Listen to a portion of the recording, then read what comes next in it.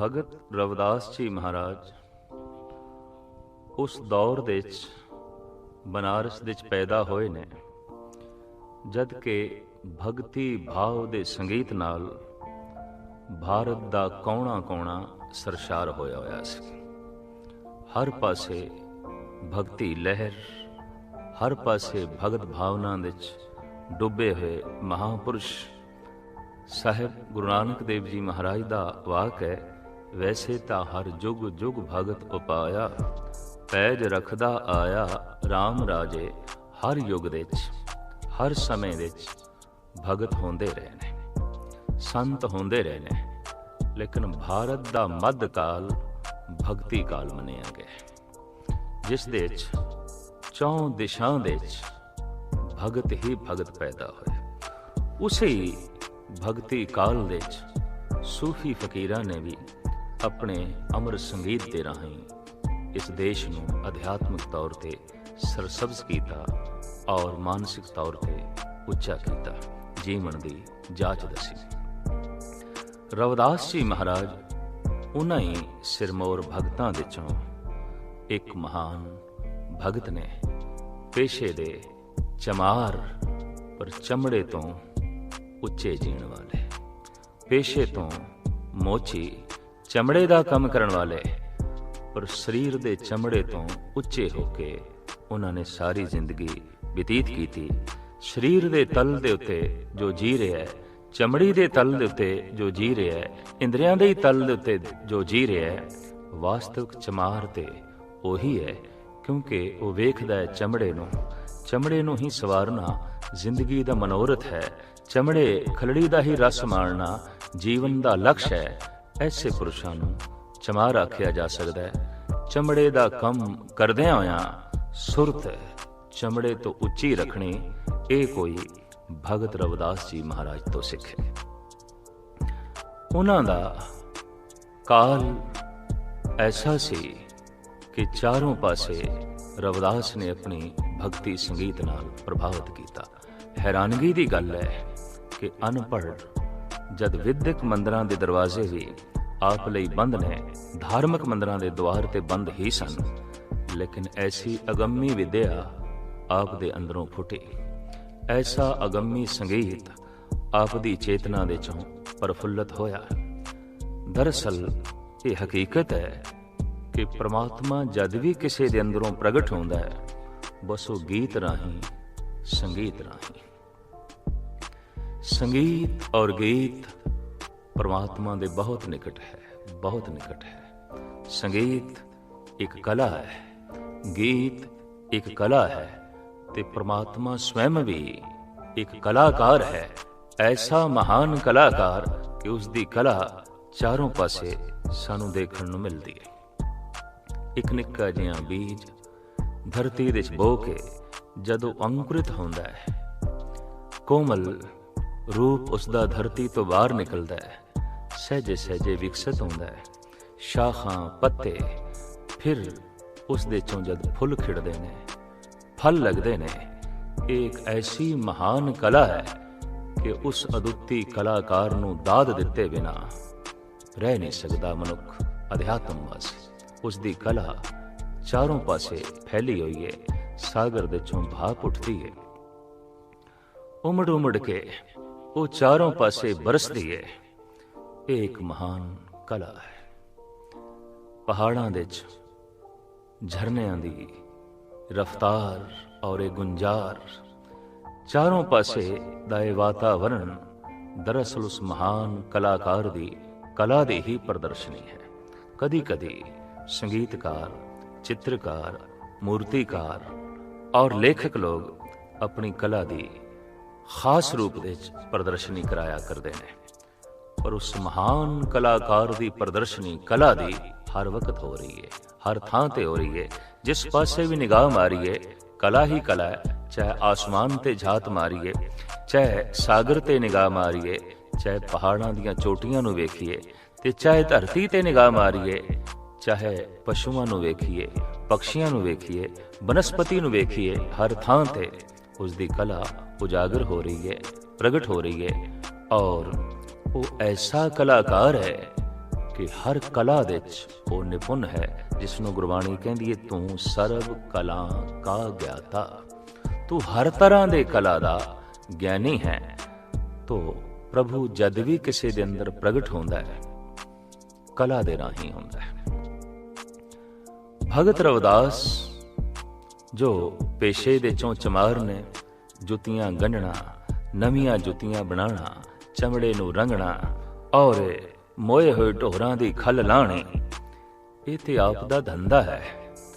पर बैठिया बैठिया जद भी आप दे अंदरों प्रभु प्रगट होंदा है, गीत दे राही, संगीत दे राही रविदास ने अनेकां रागां दे शब्द अपना मधुर कलाम उच्चारण कीता है और सुना सुना के तपदे हिरदे शांत कीते। आप दे उत्ते एक प्रश्न होया जद आप भारत दी यात्रा ते सन। कहाँ के वासी, कित्थों दे वासी हो, कित्थों दे रहन वाले हो? रविदास दा ये जवाब बड़ा आलमाना है, फिलसफाना है। इनू वेख के अंदाजा लाना पैंदा है, नहीं ये ते रब ही बोल रहे है, अंदरों परमात्मा बोल रहे, एक चमार दे बोल नहीं हो सकते। हकीकत है ये बहुत वड्डी सच्चाई है कि प्रभु इस महान फिलसफे दे राही, गीत दे राही, संगीत दे राही रविदास दे अंदरों प्रगट होया है। ये ठीक है कि आप जुतियां गंढदे ने, पर नहीं अगले दा दिल दिमाग भी मधुर अमर संगीत ते गीत दे राही रब नाल गंढ देंदे ने। इस वास्ते कहना पेगा कि तमाम भगतां दा धंधा भी धर्म है। अज हर चौक दे च मोची बैठे ते मिलणगे, पर रविदास जैसा चमार खोजना बहुत कठिन है।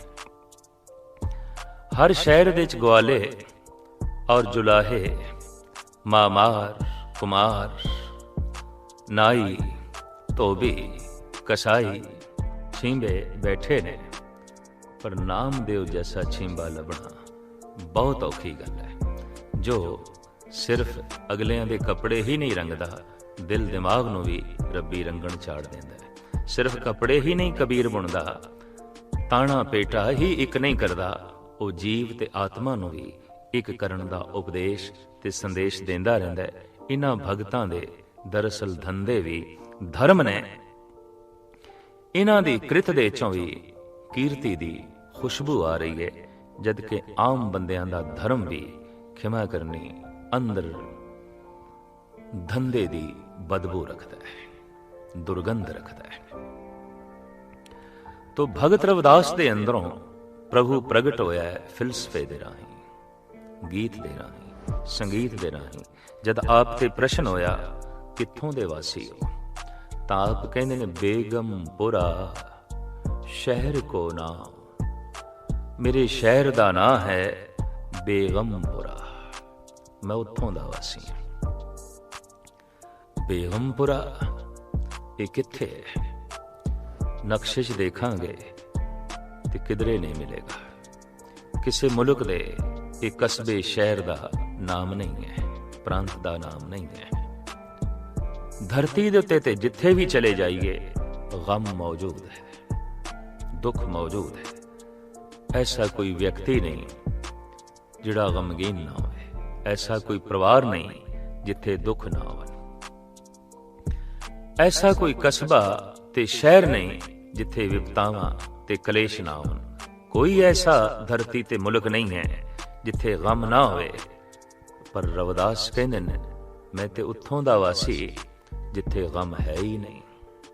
बेगमपुरा शहर को नाम, दुख अंदो नाही तै ठाव। जिस नगरी दा मैं वासी हां उत्थे दुख है ही नहीं, उत्थे पीड़ा है ही नहीं, उत्थे कलेश है ही नहीं। हुण रविदास दे दसे होए इस बेगमपुरे नूं लभीए, जमीन दे उत्ते जिथे गम नहीं, दुख नहीं, तो धरती दे उत्ते ते ऐसा लभना बहुत औखा है। जबकि हर बंदा ਗਮ ਦੀ ਸੇਜਾ ਤੇ ਹੀ ਸੁੱਤਾ ਹੈ। ਹਰ ਬੰਦਾ ਪੀੜਾ ਤੇ ਆਹ ਹੌਕਿਆਂ ਦੇ 'ਚ ਹੀ ਜ਼ਿੰਦਗੀ ਬਤੀਤ ਕਰਦਾ ਹੈ। ਜੈਸੇ ਕਿ ਉਰਦੂ ਦੇ ਸ਼ਾਇਰ ਦਾ ਕਹਿਣਾ ਹੈ, ਕਬਾਬੇ ਸੀਖ हैं हम करवटें हर सू बदलते हैं, जो जल जाता है ये पहलू तो वो पहलू बदलते हैं। इतनी दुख है, इतनी पीड़ा है, इतना कलेश है इस दुख भरे वातावरण दे 'ਚ, इस कलेश भरे संसार दे 'ਚ। रविदास कहंदे ने मेरी नगरी दा नां है बेगमपुरा। उत्थे दुख नहीं है, उत्थे होर भी कुछ नहीं है कि ना तशवीश खिराज ना माल, खौफ ना खता ना तरस जवाल। उत्थे कोई चिंता भी नहीं है। मनुखता दे उत्ते दृष्टि मारी है ते हर बंदा चिंता दे च जी रहा है। गुरु अर्जन देव जी महाराज भी ऐसा ही फरमान करते हैं, चिंतत ही दिसै सब कोय। सारा जगत चिंता दे विच ही दिखाई दे रहा है, चिंता दे विच ही जी रहा है। चारों पासे देखते हैं मनुख दी अखां दे चिंता, मनुख दे बोलां दे चिंता, मनुख दे चेहरे दे चिंता। उठदियां बैठदियां हौके मनुख दे दसदे ने कि चिंता दे जी रहा है ते चिंता भविष्य दी ही हुंदी है। पता नहीं आने वाला कल कैसा होवेगा, इस दी चिंता। पर रविदास कहंदे ने मेरी नगरी दे चिंता है ही नहीं। जीवन का एक ढंग है। ये नगरी बार नहीं है। ये शहर किसी नक्शे दे देखांगे ते नहीं मिलेगा। दरअसल एक हालत है, ये मन दी एक अवस्था है, एक जीवन का ढंग है। एक आलम का कहना है, जो हंस रहा है सो हंस रहेगा, जो रो रहा है सो रो रहेगा। सकूने कल्ब से खुदा खुदा कर, जो कुछ के होना है सो हो रहेगा। तुम अपना सकूने कल्ब नाश ना कर। जो कुछ होना है वो तेरे कीतियां टलना नहीं, रुकना नहीं। हाँ, तू इतना ही कर सकता है कि जो कुछ होना है इनू खिड़े मत्थे तस्लीम कर ले। जो कुछ होना है इनू खिड़े मत्थे प्रवान कर ले। जो कुछ होना है उन्होंने अपनी झोली दे छपा ले। तो रविदास कहंदे ने जिस शहर दा मैं वासी, उत्थे चिंता नहीं है, ना तशवीश, खिराज ना माल। खिराज टैक्स। दुनिया दे च रहिंदियां जैसे जैसे बंदे दी धन संपदा वधदी है, माल असबाब वधदा है, तो टैक्स भी वधदा है। तरह तरह दे ओनू टैक्स भी देने पैंदे, खिराज भी देना पैंदा है। लेकिन रविदास जी महाराज कहंदे ने कि संपदा वधदी जा रही है, धन वधदा जा रहा है, परम आनंद वधदा जा रहा है, पर मेरे ते कोई टैक्स नहीं, मेरे ते कोई खिराज नहीं किसी प्रकार का भी। हालांकि बैरूनी दुनिया च असीं देखते हैं कि मनुख दा सुख वधे, मनुख दा आराम वधे, मनुख दी दौलत वधे, मनुख दी संपदा वधे, ते ओदे नाल ऐ भी एक चिंता वधदी है, दुख वधदा है कि टैक्स वधेगा, खराज देना पेगा।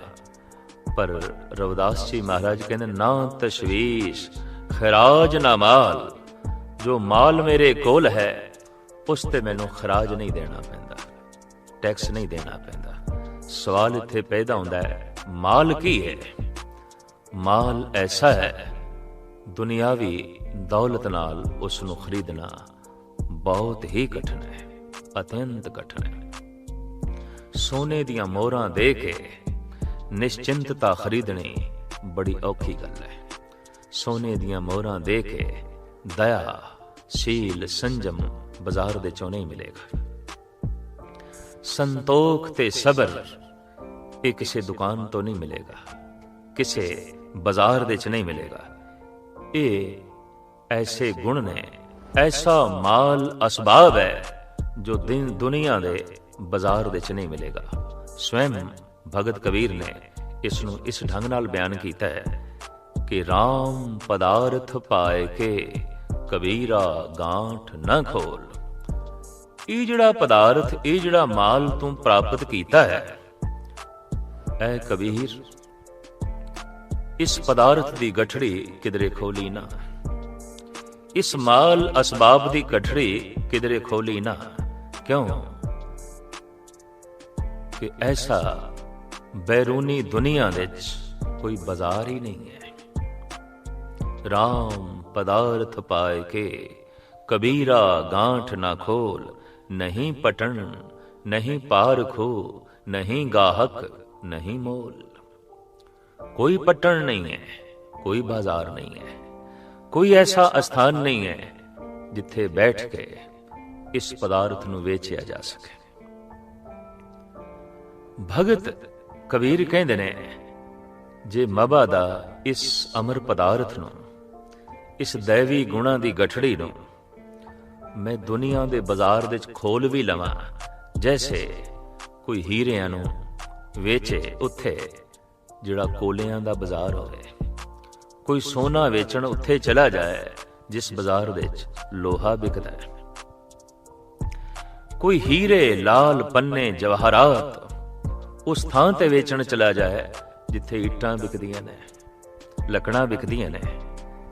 ਇਹ ਗੱਲ ਸੁਭਾਏਮਾਨ ਤੇ ਨਹੀਂ, लेकिन कबीर कहते मैनू ऐसा मजबूरन ये हीरियां दी पंड उत्थे खोलनी पई है जो बाजार ही कोलियां दा है, जो बाजार ही पत्थरां दा है, जो बाजार ही लोहे दा है। मजबूरी है कि जिहड़े हीरे मेरे कोल ने इन्हां दा कोई बाजार ही नहीं है। दरअसल दुनिया दे किसे बाजार दे च भी चले जाइए, सबर कित्थों मंगीए, संतोख कित्थों मंगीए, किहड़ी दुकान तो मंगीए, सील संजम दया किस दुकान तो मंगीए। ये दैवी गुणा दी दौलत, इस दे कोई बाजार नहीं ने। नहीं पठन नहीं पारखो। आम बाजार दे भगत कबीर कहंदे जे मैं बैठ भी जावां तो वाकई ये रब दियां महान गल्लां आम बाजार च कहणियां पैंदियां, आम दुनियादारां दे सामने ही रखणियां पैंदियां ने, जिथे वाकई ऐसा देखण दे चाया है कोई पारखू ही नहीं आउंदा। क्योंकि कोलियां दी मंडी दे ते कोलियां दे पारखू आणगे, पत्थरां दी मार्केट दे पत्थरां दे जानकार आणगे, लक्कड़ मंडी दे लकड़ां दे खरीदार आउणगे ते लकड़ां दे पारखू आणगे।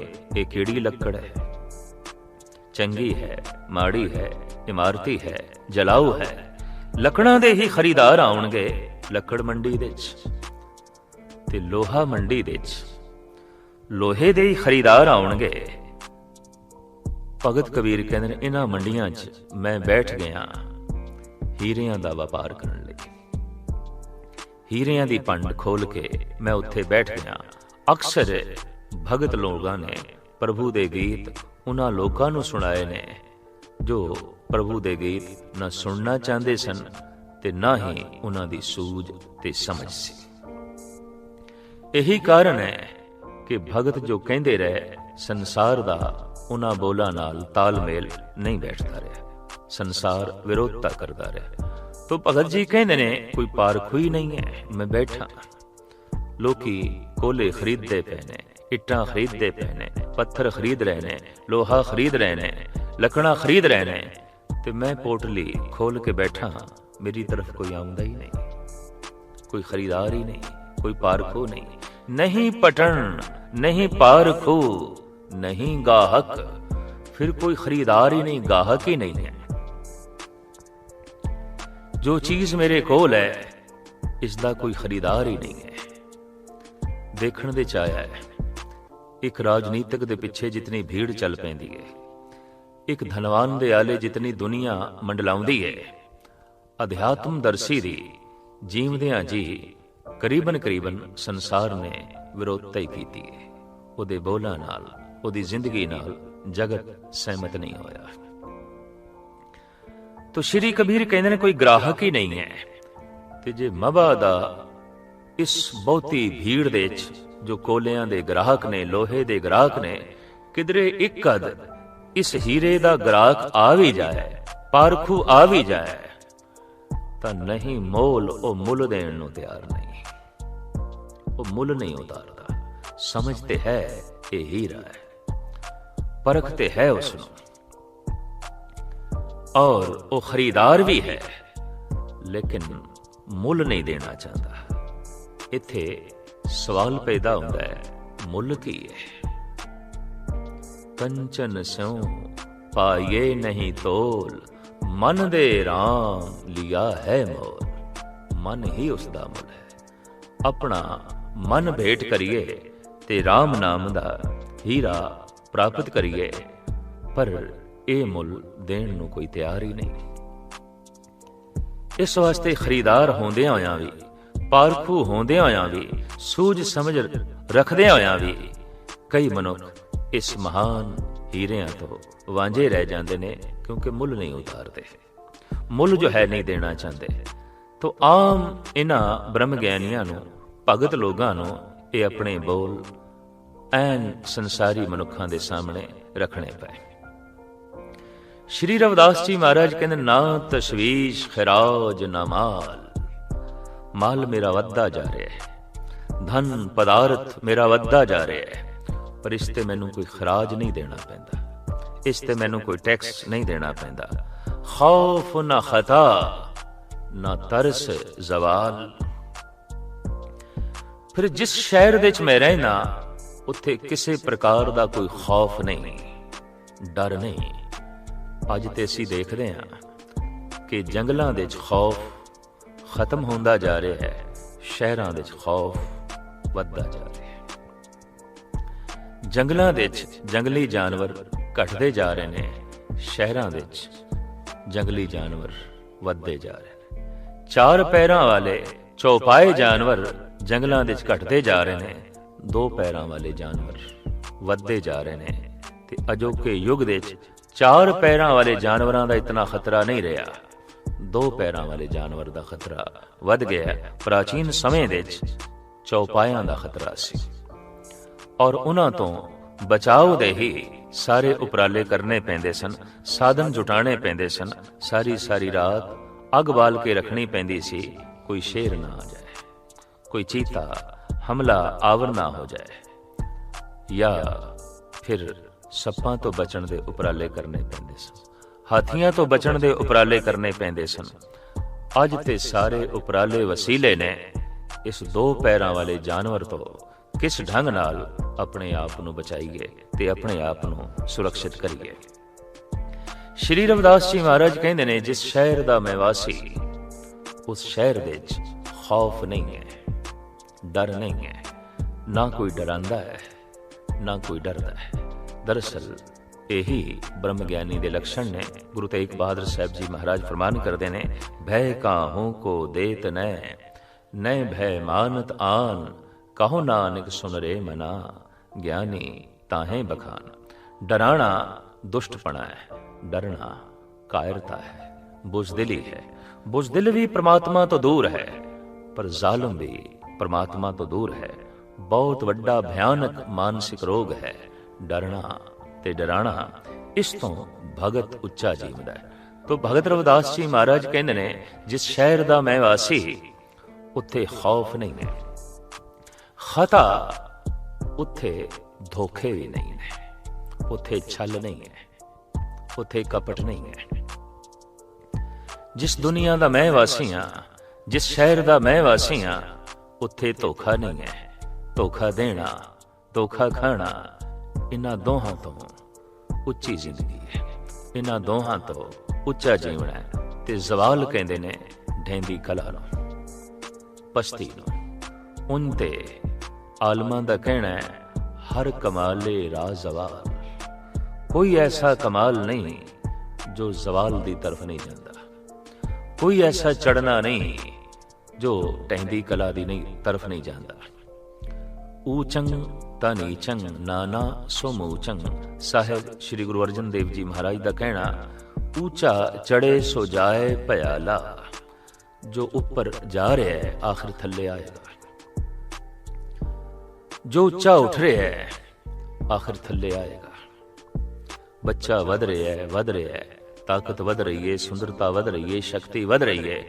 ਅੱਜ ਬੁੱਢਾ ਹੋ ਗਿਆ, ਹੁਣ ਘਟਣਾ ਘਟ ਜਾਏਗਾ। ਹੁਣ ਢਹਿੰਦੀ ਕਲਾ, ਹੁਣ ਜ਼ਵਾਲ, ਸਰੀਰ ਜ਼ਵਾਲ ਦੀ ਤਰਫ ਜਾਂਦੇ ਨੇ, ਪਹਾੜ ਜ਼ਵਾਲ ਦੀ ਤਰਫ ਜਾਂਦੇ ਨੇ, ਸੂਰਜ ਚੰਦ ਤਾਰੇ ਜ਼ਵਾਲ ਦੀ ਤਰਫ ਜਾਂਦੇ ਨੇ। ਸਵੈਮ ਗੁਰੂ ਅਰਜਨ ਦੇਵ ਜੀ ਮਹਾਰਾਜ ਫਰਮਾਨ ਕਰਦੇ ਨੇ, ਘਟੰਤ ਦੀਪੰ ਘਟੰਤ ਰੂਪੰ ਘਟੰਤ ਰਵਸਸ ਨਿਖਤ੍ਰ ਗਗਨੰ ਘਟੰਤ ਗਿਰਤਰਸ ਖੰਡਨ ਘਟੰਤ ਲਲਨਾ ਭਰਾਤ ਮੋਹਿਤੰ। ਆਖਿਰ ਇਸਤਰੀ ਦਾ ਮੋਹ, ਭਰਾਵਾਂ ਦਾ ਮੋਹ ਵੀ ਇੱਕ ਸਿਖਰ ਤੇ ਪਹੁੰਚ ਕੇ ਘਟਣਾ ਸ਼ੁਰੂ ਹੋ ਜਾਂਦਾ ਹੈ। ਪੁੱਤਰਾਂ ਦਾ ਮੋਹ ਵੀ ਇੱਕ ਸਿਖਰ ਤੇ ਪਹੁੰਚ ਕੇ ਘਟਣਾ ਸ਼ੁਰੂ ਹੋ ਜਾਂਦਾ ਹੈ। ਇਸ ਤਰੀਕੇ ਨਾਲ ਸੂਰਜ ਵੀ ਘਟਦਾ ਹੈ, ਚੰਦਰਮਾ ਵੀ ਘਟਦਾ ਹੈ, ਪਹਾੜ ਵੀ ਘਟਦੇ ਨੇ, ਜ਼ਮੀਨ ਵੀ ਘਟਦੇ ਨੇ। ਤੇ ਜੋ ਘਟਦਾ ਹੈ ਆਖਿਰ ਮਿਟਦਾ ਹੈ, ਜੋ ਵੱਧਦਾ ਹੈ ਉਹ ਘਟਦਾ ਹੈ, ਜੋ ਘਟਦਾ ਹੈ ਉਹ ਮਿਟਦਾ ਹੈ। ਇਹ ਨਿਯਮ ਸਭ ਤੇ ਲਾਗੂ ਹੈ, ਇੱਕ ਤੇ ਨਹੀਂ ਲਾਗੂ। ਉਹ ਪਰਮਾਤਮਾ ਜਾਂ ਜੋ ਪਰਮਾਤਮਾ ਨਾਲ ਜੁੜ ਗਏ। ਗੁਰੂ ਗੋਬਿੰਦ ਸਿੰਘ ਜੀ ਮਹਾਰਾਜ ਦਾ ਫਰਮਾਨ, ਨਾ ਘਾਟ ਹੈ ਨਾ ਬਾਦ ਹੈ, ਨਾ ਘਾਟ ਬਾਦ ਹੋਤ ਹੈ। ਈਸ਼ਵਰ ਦੇ ਚ, ਅਕਾਲ ਪੁਰਖ ਦੇ ਚ ਨਾ ਘਟਣਾ ਹੈ ਨਾ ਵਧਣਾ ਹੈ। ਬਾਕੀ ਹਰ ਚੀਜ਼ ਵਾਧੇ ਦੀ ਤਰਫ ਜਾਂਦੀ ਹੈ ਤੇ ਵਾਧੇ ਤੋਂ ਬਾਅਦ ਫਿਰ ਘਾਟੇ ਦੀ ਤਰਫ ਜਾਂਦੀ ਹੈ ਤੇ ਘਾਟੇ ਤੋਂ ਬਾਅਦ ਫਿਰ ਮਿਟ ਜਾਂਦੀ ਹੈ। ਵਧਣਾ, ਘਟਣਾ, ਮਿਟਣਾ, ਇਹ ਨਿਯਮ ਹਰ ਇੱਕ ਤੇ ਲਾਗੂ ਹੈ, ਹਰ ਵਸਤੂ ਤੇ, ਹਰ ਜੀਵ ਤੇ, ਹਰ ਆਕਾਰ ਤੇ। ਪਰ ਸ਼੍ਰੀ ਰਵਿਦਾਸ ਜੀ ਮਹਾਰਾਜ ਕਹਿੰਦੇ, ਜਿਸ ਸ਼ਹਿਰ ਦਾ ਮੈਂ ਵਾਸੀ ਹਾਂ ਉੱਥੇ ਜ਼ਵਾਲ ਹੈ ਹੀ ਨਹੀਂ, ਉੱਥੇ ਘਟਣਾ ਹੈ ਹੀ ਨਹੀਂ।